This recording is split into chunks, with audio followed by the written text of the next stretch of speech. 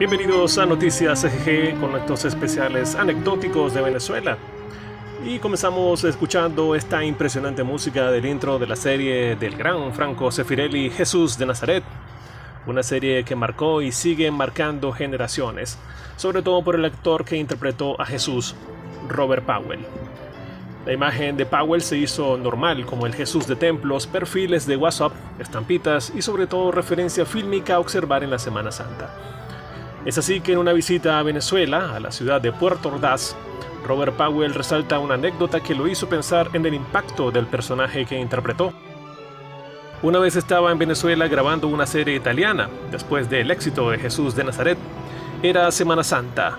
Resulta que cuando entramos a una iglesia que había por allí, se me acercó un señor y me dice sonriendo: "Es curioso, entré en esta iglesia porque la imagen que tenemos detrás del altar y veneramos es precisamente usted", dijo Powell para el Canal 5 de Reino Unido. Los enormes ojos cristalinos y azules de Powell, que en realidad eran verdes, junto a su magistral interpretación, lo llevaron a un nivel de celebridad impresionante, y Venezuela fue un ejemplo. Muchos desconocen que Powell audicionó para el papel de Judas por recomendación de una de las esposas de los productores de la grabación, ya que Dustin Hoffman y Al Pacino eran los considerados para el papel principal. Sin embargo, Zeffirelli, luego de verlo, optó por él.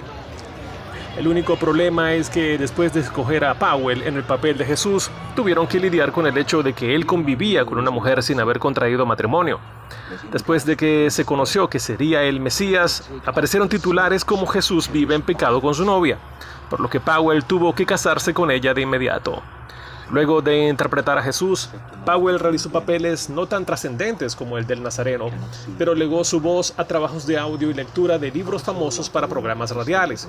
Por ejemplo, para la BBC leyó en inglés la novela El amor en los tiempos del cólera del escritor colombiano Gabriel García Márquez, y en el año 2013 fue el narrador de la serie La Biblia, realizada por History Channel.